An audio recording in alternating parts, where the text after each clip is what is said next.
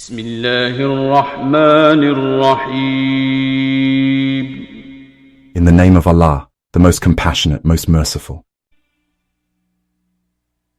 إنا فتحنا لك فتحا مبينا. Indeed, we have granted you a clear triumph, O Prophet. ليغفر لك الله ما تقدم من ذنبك وما تأخر ويتم نعمته عليك ويهديك صراطا مستقيما. So that Allah may forgive you for your past and future shortcomings, perfect His favor upon you, guide you along the straight path. وَيَنصُرَكَ اللَّهُ نَصْرًا عَزِيزًا. And so that Allah will help you tremendously. هُوَ الَّذِي السكينة في قلوب المؤمنين ليزدادوا إيمانا مع إيمانهم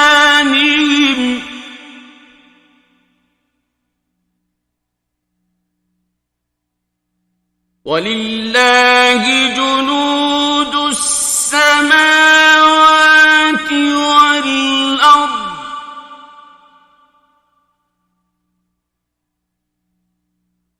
وكان الله عليما حكيما. He is the one who sent down serenity upon the hearts of the believers, so that they may increase even more in their faith. To Allah alone belong the forces of the heavens and the earth, and Allah is all-knowing, all-wise. ليدخل المؤمنين والمؤمنات جنات تجري من تحتها الأنهار خالدين فيها ويكفر عنهم سيئاتهم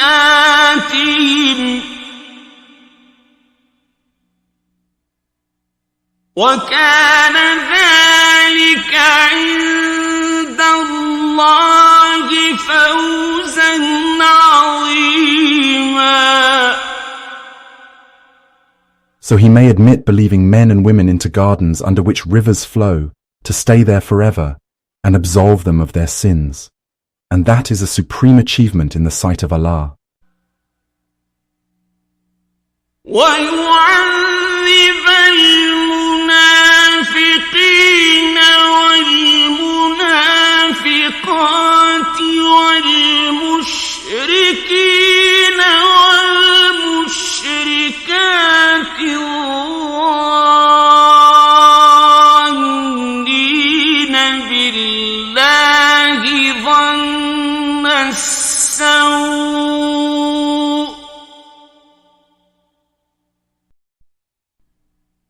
عليهم دائرة السوء وغضب الله عليهم ولعنهم وأعد لهم جهنم وساءت مصيرا. Also so that He may punish hypocrite men and women, and polytheistic men and women who harbor evil thoughts of Allah. May ill fate befall them. Allah is displeased with them. He has condemned them and prepared for them hell. What an evil destination. ولله جنود السماوات والأرض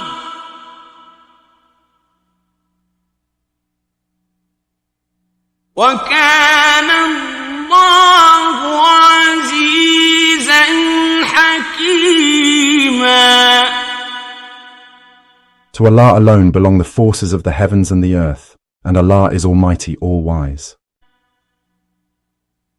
إِنَّا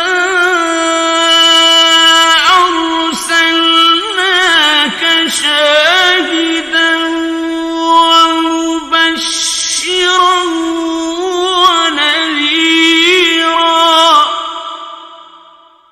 Indeed, O Prophet, we have sent you as a witness, a deliverer of good news, and a warner. لِتُؤْمِنُوا بِاللَّهِ وَرَسُولِهِ وَتُعَزِّرُوهُ وَتُوَقِّرُوهُ وَتُسَبِّحُوهُ بُكْرَةً وَأَصِيلًا. So that you believers may have faith in Allah and His Messenger, support and honor Him, and glorify Allah morning and evening. إِنَّ الَّذِينَ يُبَايِعُونَكَ إِنَّمَا يُبَايِعُونَ اللَّهَ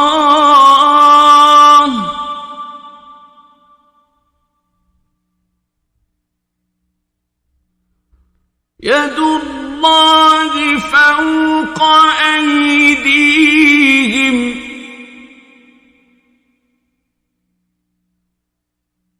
فَمَن نَّكَثَ فَإِنَّمَا يَنكُثُ عَلَى نَفْسِهِ وَمَنْ أَوْفَىٰ بِمَا عَاهَدَ عَلَيْهِ اللَّهَ فَسَيُؤْتِيهِ أَجْرًا عَظِيمًا. Surely those who pledge allegiance to you, O Prophet, are actually pledging allegiance to Allah. Allah's hand is over theirs. Whoever breaks their pledge, it will only be to their own loss. And whoever fulfills their pledge to Allah, He will grant them a great reward. سيقول لك المخلفون من الأعراب شغلتنا أموالنا وأهلنا فاستغفر لنا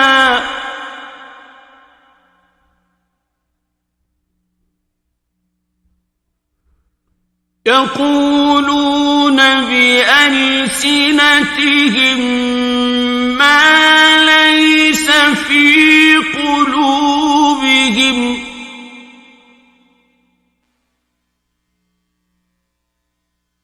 قل فمن يملك لكم من الله شيئا إن أراد بكم ضرا أو أراد بكم نفعا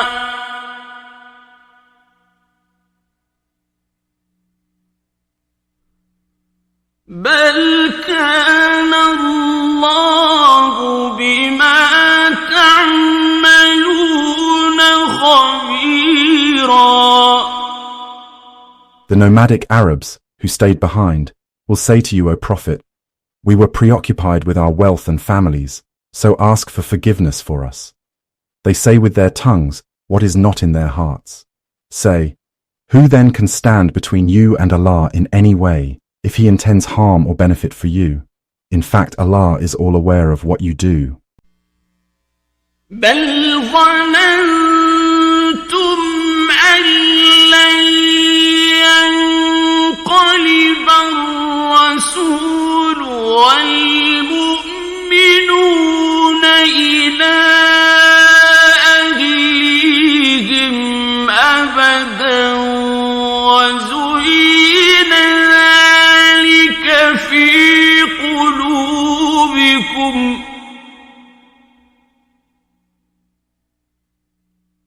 وزين ذلك في قلوبكم وظننتم ظن السوء وكنتم قوما بورا. The truth is, you thought that the messenger and the believers would never return to their families again, and that was made appealing in your hearts. You harbored evil thoughts about Allah, and so became a doomed people.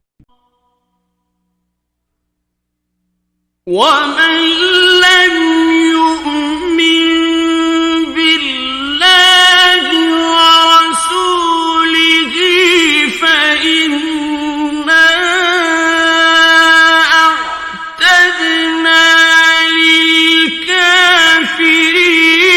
سَعِيرًا. And whoever does not believe in Allah and His Messenger, then we surely have prepared for the disbelievers a blazing fire. وَلِلَّهِ مُلْكُ السَّمَاوَاتِ وَالْأَرْضِ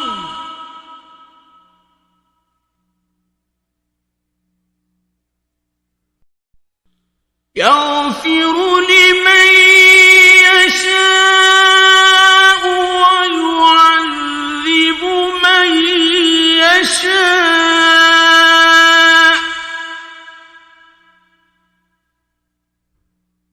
وَكَانَ اللَّهُ غَفُورًا رَّحِيمًا.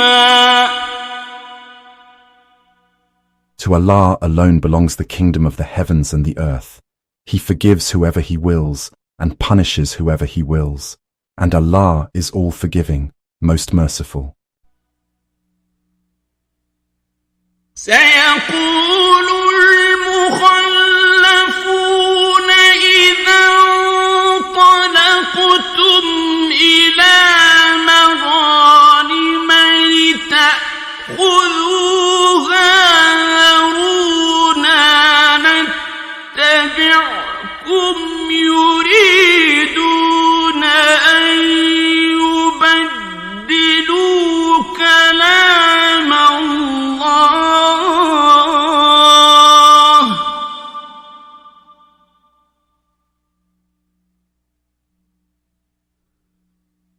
قل لن تتبعونا كذلكم قال الله من قبل فسيقولون بل تحسدوننا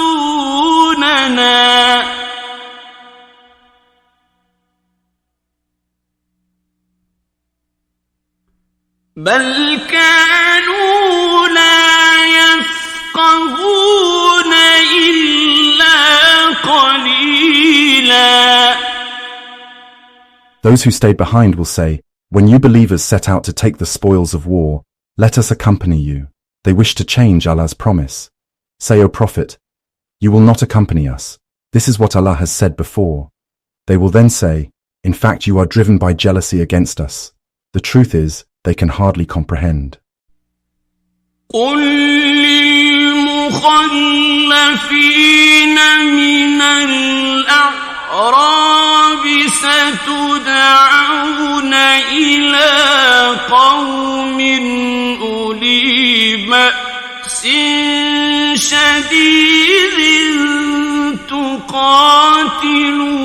تقاتلونهم أو يسلمون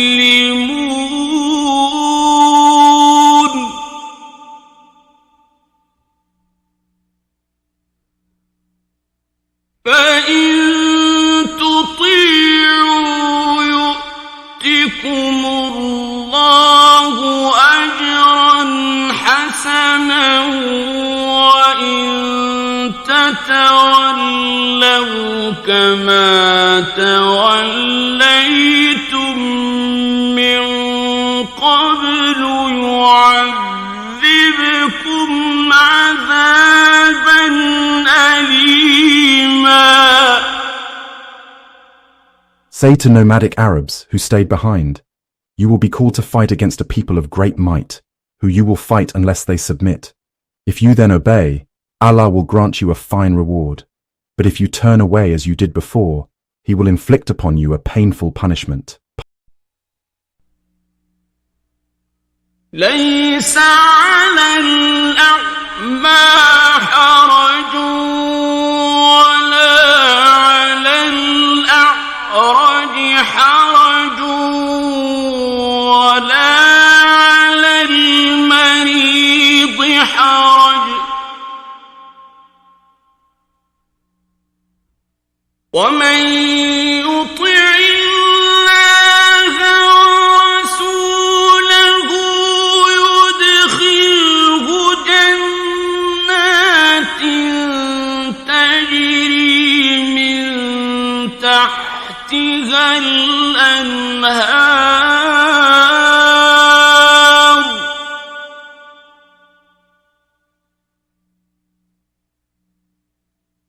ومن يتولى يعذبه عذابا أليما.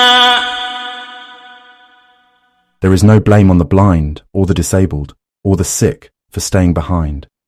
And whoever obeys Allah and His Messenger will be admitted by Him into gardens under which rivers flow. But whoever turns away will be subjected by Him to a painful punishment. لقد رضي الله عن المؤمنين إذ يبايعونك تحت الشجرة فعلم ما في قلوبهم فأنزل السكينة عليهم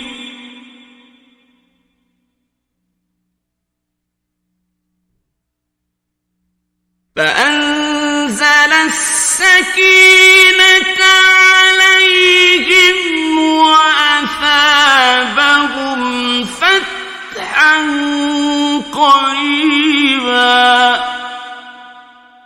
Indeed, Allah was pleased with the believers when they pledged allegiance to you, O Prophet, under the tree. He knew what was in their hearts, so He sent down serenity upon them and rewarded them with a victory at hand. ومغانم كثيرة يأخذونها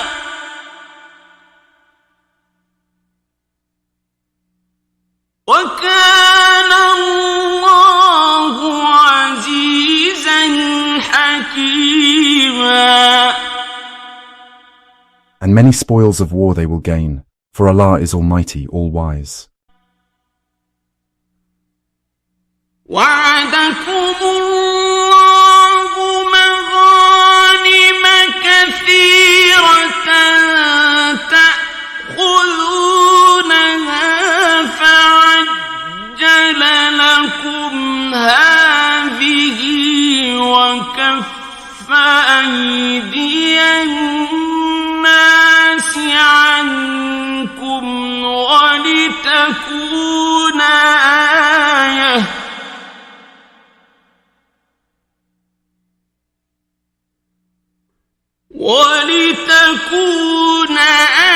آية للمؤمنين ويهديكم صراطا مستقيما. Allah has promised you believers abundant spoils, which you will gain, so He hastened this truce for you. And He has held people's hands back from harming you, so it may be a sign for the believers, and so He may guide you along the straight path. وأخرى لم تقدروا عليها قد أحاط الله بها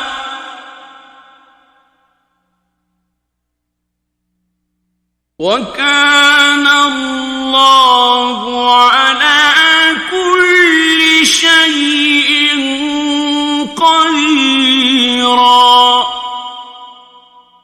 there are other gains which are beyond your reach that Allah is keeping in store for you, for Allah is most capable of everything. وَلَوْ قَاتَلَكُمُ الَّذِينَ كَفَرُوا لَوَلَّوُا الْأَدْبَارَ ثُمَّ لَا يَجِدُونَ وَلِيًّا وَلَا نَصِيرًا. If the disbelievers were to fight you, they would certainly flee. Then they would never find any protector or helper. سُنَّةَ اللَّهِ الَّتِي قَدْ خَلَتْ مِن قَبْلُ وَلَن تَجِدَ لِسُنَّةِ اللَّهِ تَبْدِيلًا. This is Allah's way, already long established in the past, and you will find no change in Allah's way. وَهُوَ الَّذِي كَفَّ أَيْدِيَهُمْ عَنكُمْ وَأَيْدِيَكُمْ عَنْهُمْ بِبَطْنِ مَكَّةَ مِن بَعْدِ أَنْ أَظْفَرَكُمْ عليهم وكان الله بما تعملون بصيرا. He is the one who held back their hands from you and your hands from them in the valley of Hudaibiyah near Mecca, after giving you the upper hand over a group of them. And Allah is all-seeing of what you do. هم الذين كفروا وصدوكم عن المسجد الحرام والهدي معكوفا أن يبلغ محله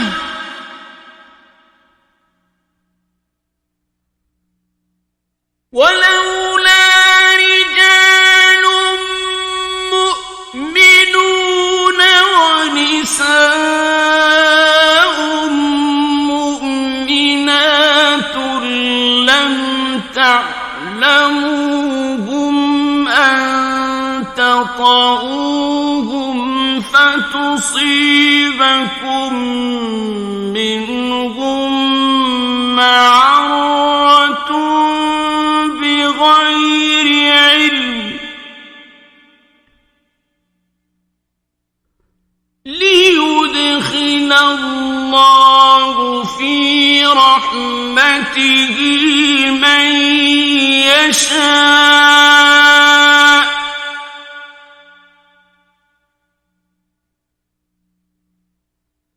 لو تزينوا لعذبنا الذين كفروا منهم عذابا أليما. They are the ones who persisted in disbelief and hindered you from the sacred mosque, preventing the sacrificial animals from reaching their destination. We would have let you march through Mecca. Had there not been believing men and women, unknown to you, you might have trampled them underfoot, incurring guilt for what you did to them unknowingly. That was so Allah may admit into His mercy whoever He wills. Had those unknown believers stood apart, we would have certainly inflicted a painful punishment on the disbelievers. إذ جعل الذين كفروا في قلوبهم الحمية حمية الجاهلية فأنزل الله سكينته على رسوله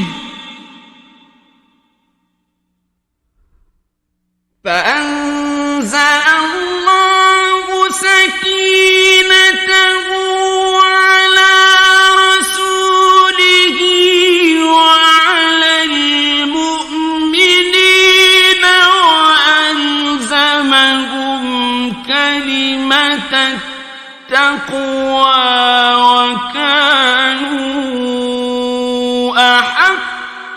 بها وأهلها وكان الله بكل شيء عليما. Remember when the disbelievers had filled their hearts with pride, the pride of pre-Islamic ignorance. Then Allah sent down His serenity upon His messenger and the believers, inspiring them to uphold the declaration of faith, for they were better entitled and more worthy of it, and Allah has perfect knowledge of all things. لقد صدق الله رسوله الرؤيا بالحق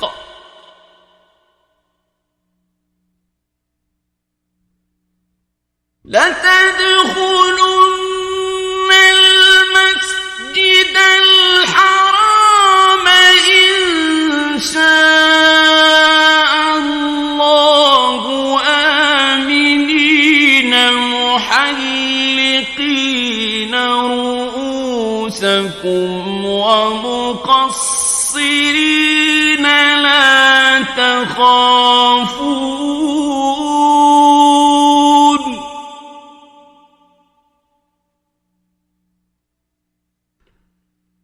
فعلم ما لم تعلموا فجعل من دون ذلك فتحا قريبا. Indeed, Allah will fulfill His messenger's vision in all truth. Allah willing, you will surely enter the sacred mosque in security, some with heads shaved and others with hair shortened, without fear. He knew what you did not know, so He first granted you the triumphant hand. هو الذي أرسل رسوله بالهدى ودين الحق ليظهره على الدين كله وكفى بالله شهيدا. He is the one who has sent His messenger with right guidance and the religion of truth, making it prevail over all others. And sufficient is Allah as a witness. محمد رسول الله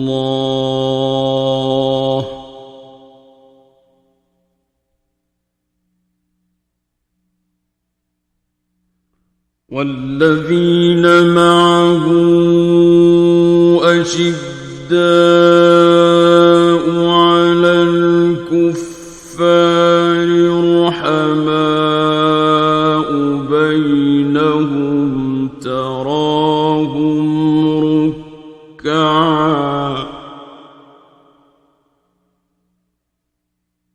تراهم ركعا سجدا يبتغون فضلا من الله ورضوانا سيماهم في وجوههم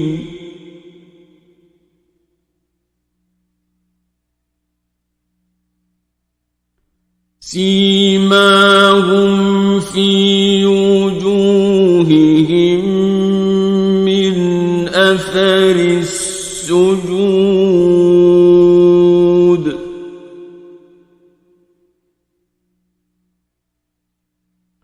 ذلك مثلهم في التوراة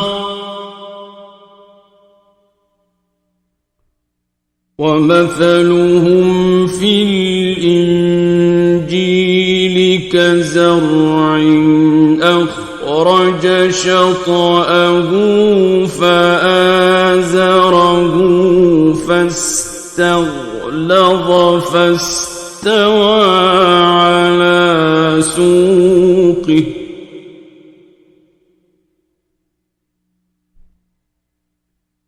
فاستوى على سوقه يعجب الزراع ليغيظ بهم الكفار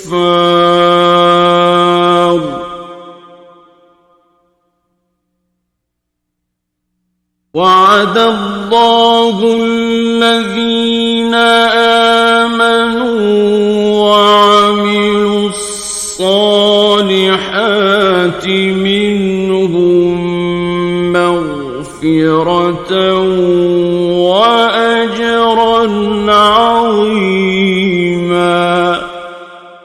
Muhammad is the messenger of Allah, and those with him are firm with the disbelievers and compassionate with one another. You see them bowing and prostrating in prayer, seeking Allah's bounty and pleasure. The sign of brightness can be seen on their faces from the trace of prostrating in prayer. This is their description in the Torah, and their parable in the Gospel is that of a seed that sprouts its tiny branches, making it strong. Then it becomes thick, standing firmly on its stem, to the delight of the planters.